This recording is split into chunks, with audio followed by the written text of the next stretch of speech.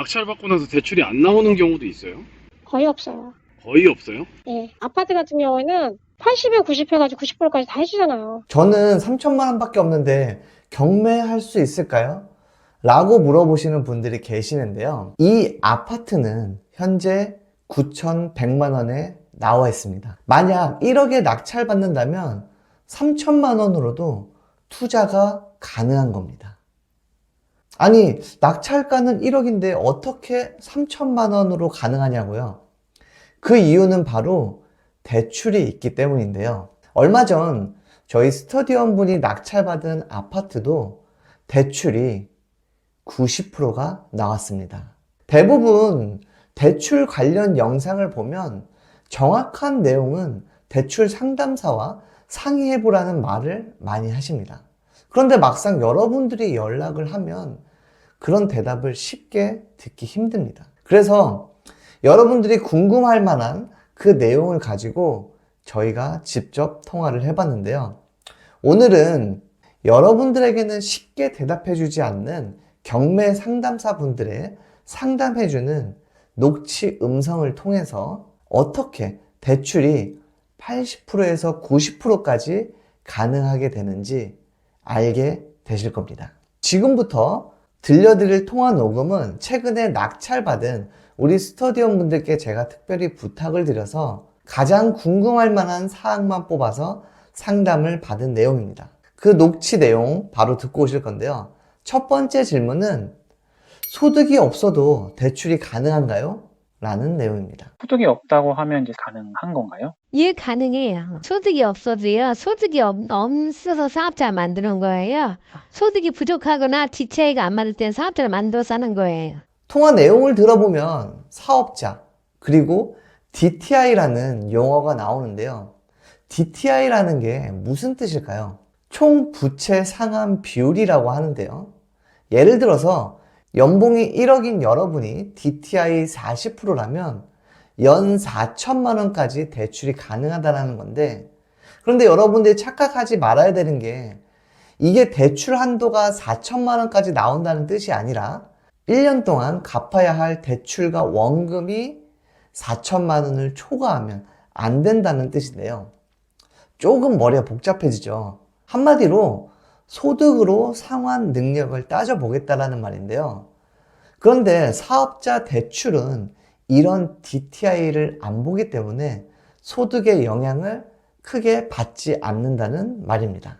그렇다면 일반 대출과 사업자 대출의 가장 큰 차이점은 무엇일까요? 소득이 맞고 DTI가 맞으면 금리가 저렴하니까 좋은 상황인데 그게 안 맞을 때 얘는 사업자를 만들어갖고 사업자를 위해서 소득이 이제 이전에 여력만 있으시면 가능해요. 일반 대출은 주로 1금융권으로 진행하기 때문에 이자가 조금 저렴하고요. 사업자 대출은 주로 2금융권으로 진행하기 때문에 금리가 조금 높습니다. 요즘 기준으로 얘기하면 5.6에서 5.8% 정도 나오는데요. 농협이나 신협, 그리고 새마을금고 같은 곳을 말하는 거예요.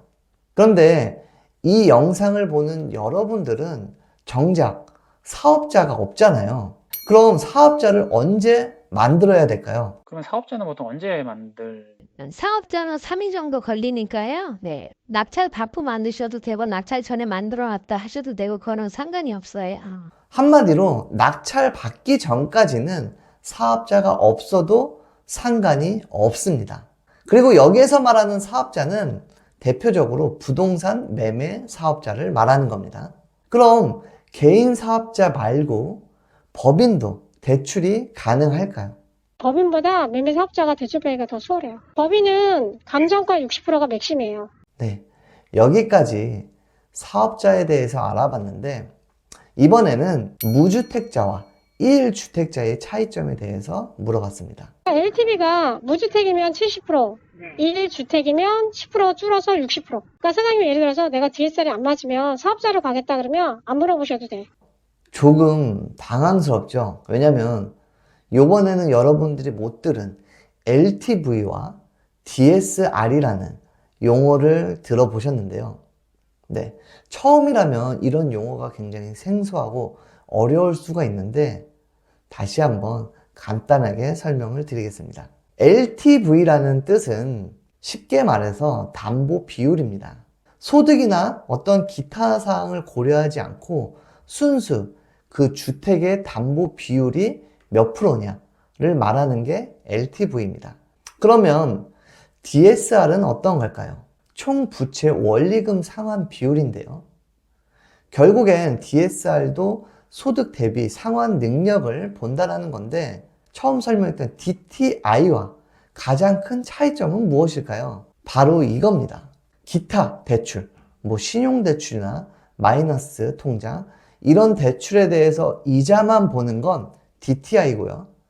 그런 대출에 대해서 원리금까지도 다 합쳐서 보는 건 DSR입니다. 한마디로 조금 더 규제가 까다로운 건 DSR이라고 판단하시면 됩니다.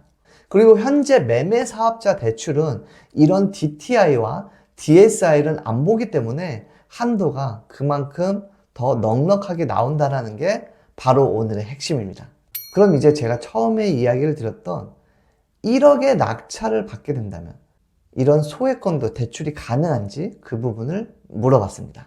1억 미만은 안 나온다 이런 소리도. 아파트요? 왜 안 나와요? 다 나와요, 사장님. 만약에 사업자로 간다 그러면 80에 90 해가지고 90%까지 다 해주잖아요. 지금 얘네가 계산할 때 감정가 80에서 방을 빼잖아요. 이제 그걸 하게 되면 승인 사원으로 해서 80에 90으로 가야 되는데, 이제 너무 작으면 은행에서 좀 그렇죠. 그래도 최소 1억 언저리는 와야죠. 9천이라든가 1억 정도는 와야죠. 그렇게 계산했을 때.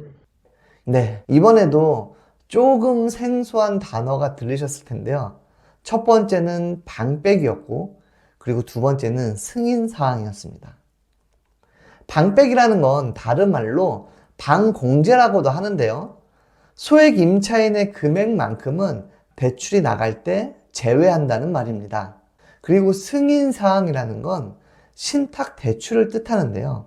신탁대출은 소유자가 신탁사로 설정이 되어 있기 때문에 신탁사의 동의 없이는 후순위 소액 임차인이라 하더라도 계약을 할 수 없기 때문에 방공제를 하지 않는 대출이 가능하다는 말이에요. 그래서 신탁대출이 한도가 많이 나오기는 하지만 근저당에 비해서 금리가 조금 비쌉니다. 그리고 아직까지는 사람들이 신탁대출에 대해서 어떤 월세나 전세, 계약을 기피하는 사항이 있기 때문에 이런 단점도 알아두셔야 됩니다. 회사 겸직 때문에 내 명의로 사업자를 못 내시는 분들이 계시잖아요. 이런 경우는 어떻게 해야 될까요? 저희 와이프 같은 경우에는 네. 이제 회사에서 또 겸직을 못하게 해가지고 사업자를 못 만드는데.